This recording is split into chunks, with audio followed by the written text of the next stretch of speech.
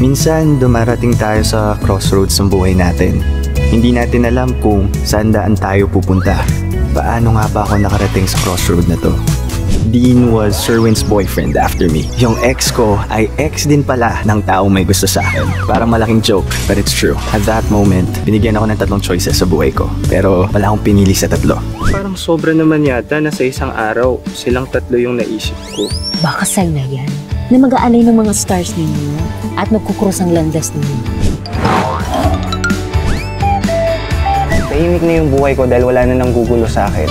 Then, all of a sudden, natrap ako sa resort with the same guys na nanggugulo sa akin a month ago. Okay lang. 3D? Well, I think my room can accommodate you two. So, are you G? Ready. Sino sa aming 3 ang pinakamatimbang sa puso mo?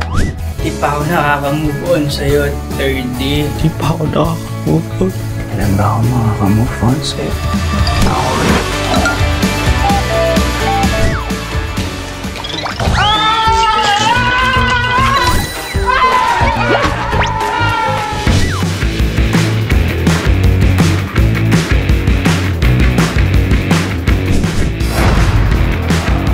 Ito ang kasta na walang umaaza, walang paaza dahil ang gusto ko, ikaw ang bida!